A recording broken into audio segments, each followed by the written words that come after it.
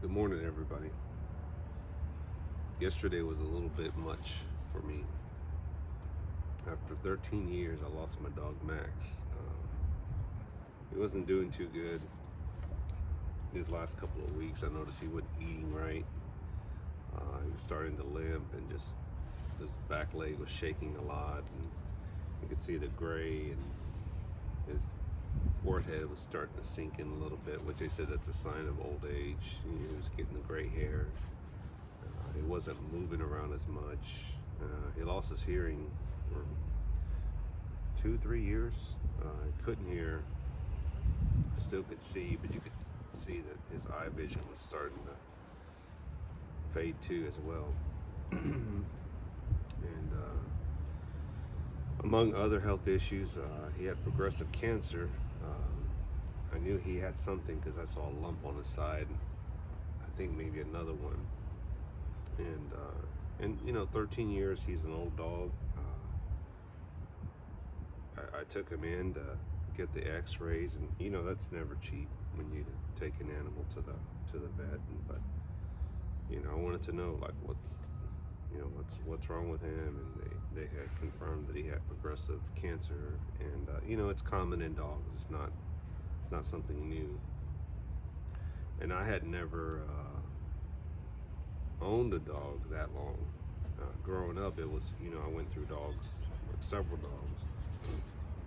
I owned them for a couple of years. They died, but back then we had taken them to the vet. We didn't give them the shots, or not us, but the vet, you know, the vet office, the veterinary office, and you know, you just go to the next dog. But going through this experience, and for all you dog lovers out there that have had animals for a long time, I get it. It's a circle of life. I get it. They're not going to be with us forever. They're never with us long enough, you know. And but the longer you spend time with an animal, a pet, a person, you grow to attach to them. You know, you grow to just to the everyday routine. And you know, yesterday morning after we got back from the veterinary's office, I noticed that you know, I just started looking around the backyard here. I'm thinking, you know, he won't be back here when I wake up. You know, I won't have to feed him in the morning. And I put his bowls up, and you know, I tried to stay busy yesterday, just picking up around the backyard and just doing things. And then when I sat here and just thought about it, it hit me a couple times throughout the day. And you know, I don't want to think about too much because then I get emotional. But yesterday was a chapter in my life that I closed with a best friend of mine that I, you know, had a lot of memories with. And our kids, you know, they were still in school, you know, middle school and high school. I mean, just a lot of good times. And you know, I have to thank Max. I don't know it, but you know, dogs, man's best friend, they can make you a better person, a more compassionate person. You know, they're loyal, they don't complain, they always come back to you, and they always stand by your side.